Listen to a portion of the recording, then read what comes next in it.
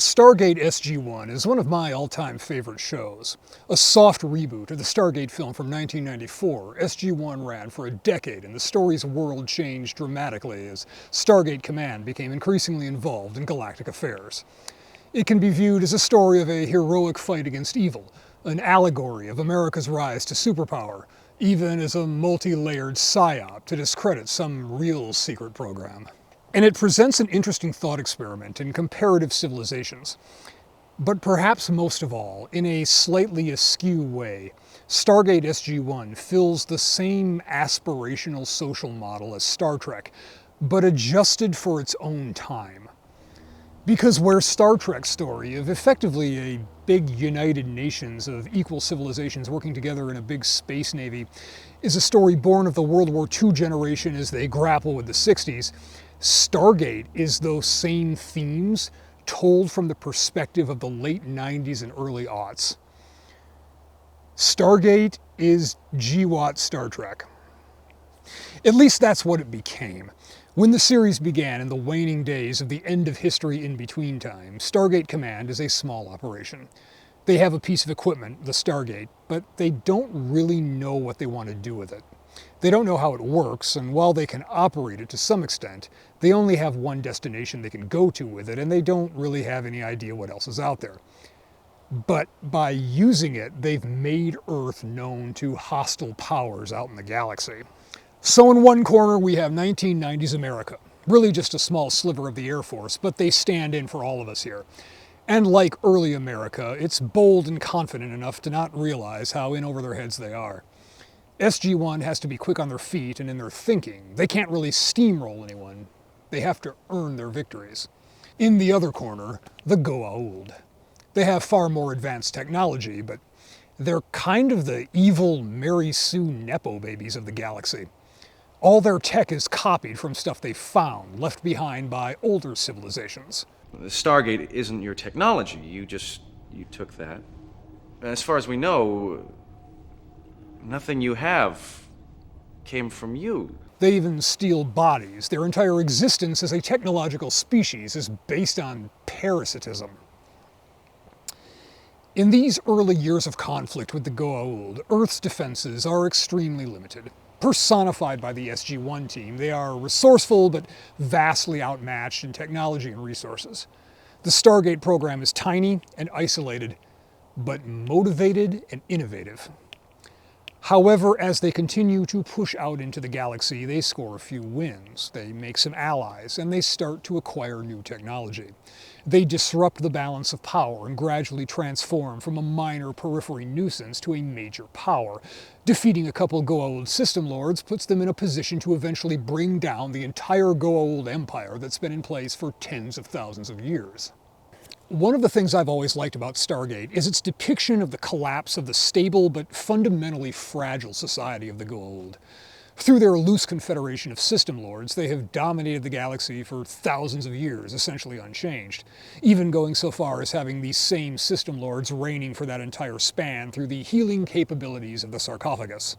Possible side effects include uncontrollable rage, genocidal ideation, psychotic episodes, and poor fashion sense. Despite evidence of successful slave revolts across the galaxy resulting in those planets cutting themselves off by burying their Stargate, the GWoT have a widely proven system of control, relying on direct force only as a supplement to the twin factors of keeping their slaves ignorant and primitive and creating a religious framework around themselves. The gate it has to be an integral part of their spiritual culture. See, this place was built for worshipers.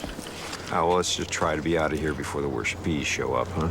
And while mostly stable, this makes their society extremely brittle when faced with something outside their experience. This is a weapon of terror. It's made to intimidate the enemy.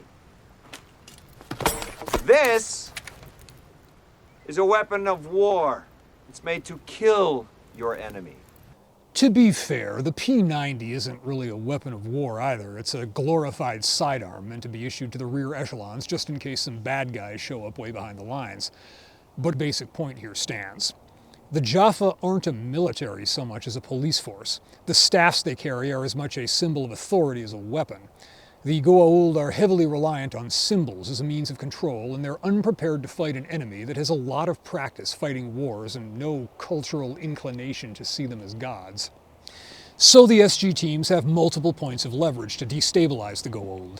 Not only do they often operate as interstellar Green Berets, training and equipping local opposition groups, but man for man they have a significant advantage in direct engagements just because they aren't bogged down in pseudo-mysticism and the hubris of being unchallenged for millennia.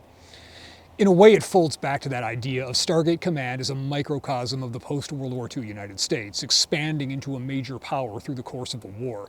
Stargate Command enters the conflict with a few guys carrying submachine guns, and they end it with starships and off-world bases. Of course, the format of the show requires that the Stargate program be secret. If they went public and started openly recruiting colonists for off-world settlements and soldiers to garrison them and started building a fleet of space dreadnoughts for all to see, it would be a very different show. It not only matches that GWoT era reality of war being something that happens in far-off places that most Americans aren't directly affected by, but looked at from inside its own world, that secrecy makes Earth's civilization just as fragile as the GWoT. One hard push from outside, crush that thin shell, and it completely collapses. Once Stargate Command engages in a secret war with the GWoT, they start to diverge from the rest of the people of Earth. The Stargate program can be described as an early-stage breakaway civilization. The term is usually attributed to Richard Dolan. He's a researcher doing a lot of work on the UFO phenomenon as it relates to the military-industrial complex. I haven't read very much of his stuff, and I'm not going to dive into the secret space program story here. The key point for this discussion about an old TV show is that he described a breakaway civilization as a radically advanced and increasingly separate structure that has access to classified science and data denied to the rest of us. Which is a pretty good description of Stargate Command. And as they gain more knowledge and technology from outside Earth, they become increasingly separate from the world we all live in. And as they increasingly establish bases and support facilities elsewhere, Earth gradually becomes a sort of zoo or wildlife preserve. Earth bifurcates between the interstellar force generally known as the Tauri by the other residents of the galaxy, and the billions of people on Earth who have no idea that the US Air Force is fighting aliens on other planets. Stargate doesn't fully engage with this, but it does probe at the whole cultural mythology that surrounded the idea, most notably with the wormhole extreme bit.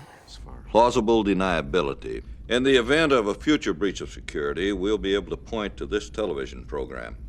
We don't have to go all Disclosure Project here to recognize that it does speak to something real in terms of there are people in the security state apparatus that are privy to a whole lot of information about close calls and nefarious schemes in the world that we either know nothing about or get little tidbits of in largely curated media.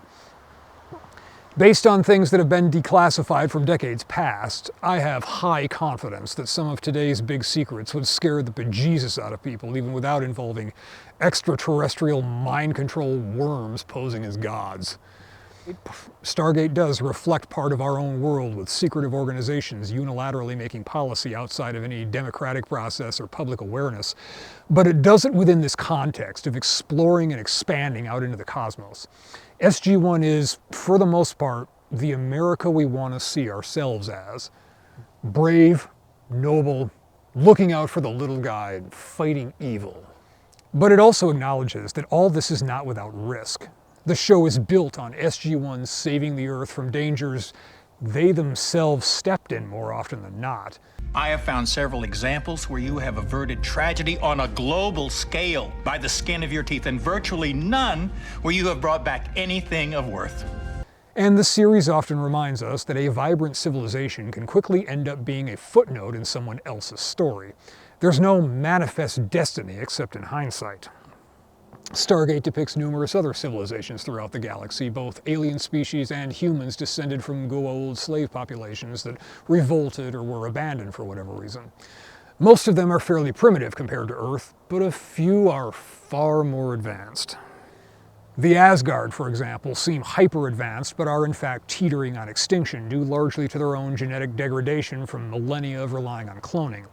There's the Tolan, a human civilization far more advanced than our own, but so smugly comfortable in their superiority that they fail to heed repeated warnings of GWoT treachery, stay complacent about their own defenses, and end up being destroyed.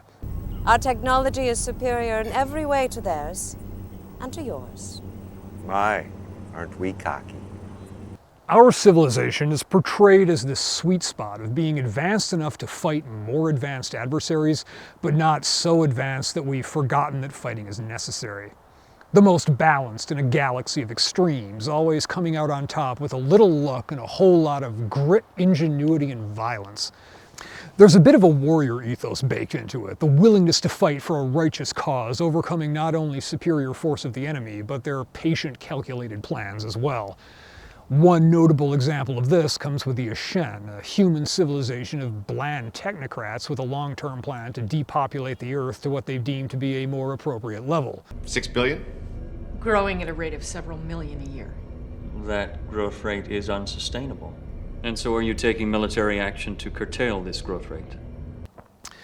And reducing us to an agricultural colony. The episode 2010 introduces a timeline where Earth was duped, given technology and guidance, into a post-scarcity paradise, and also a longevity treatment that obliterates fertility rates. The worldwide birth rate has dropped almost 91% in the last 2 years. What? Well, that's what it says right here. These are the Ashen numbers. Yeah, but we would know. It's happening everywhere the anti-aging vaccine has gone. During the episode 2001, their plans are discovered by SG-1 snooping around on a planet they've already done it to.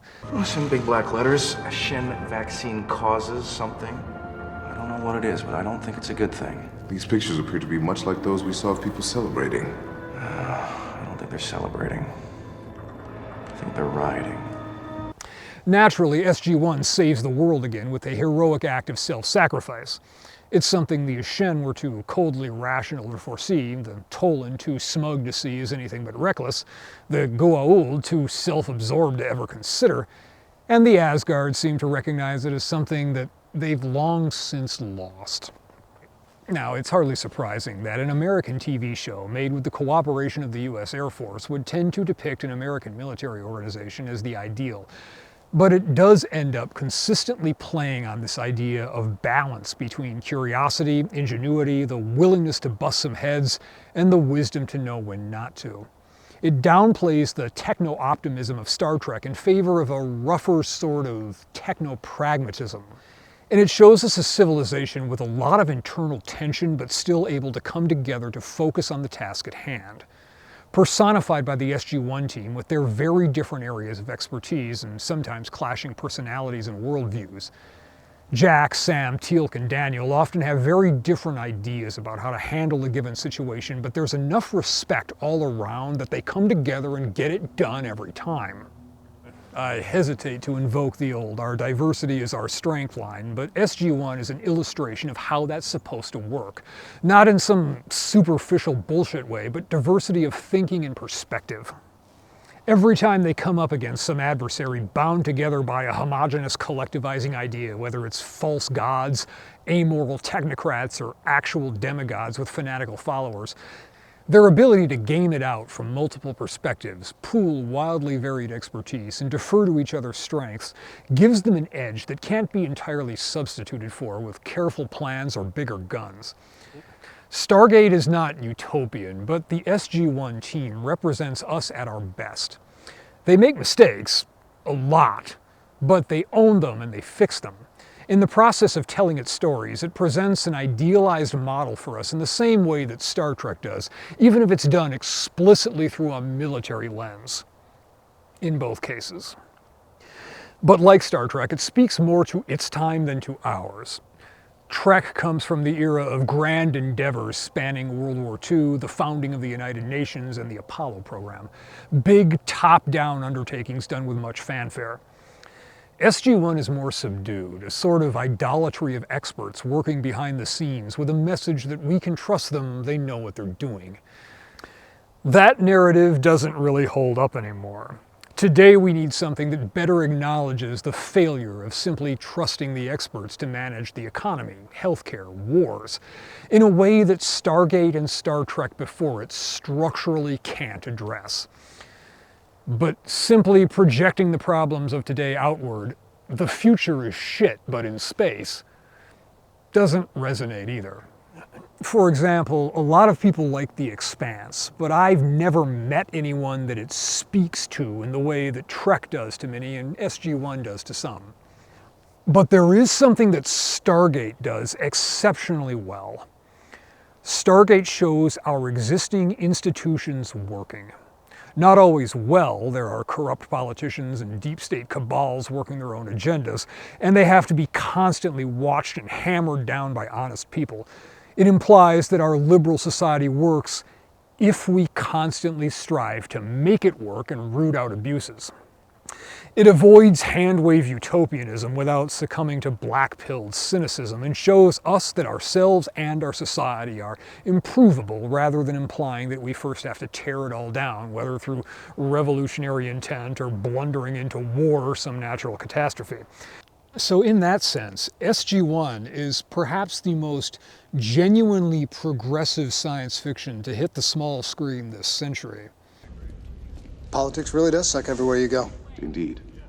Sure, SG-1 gets all the glory, but I'm more an SG double digits guy myself.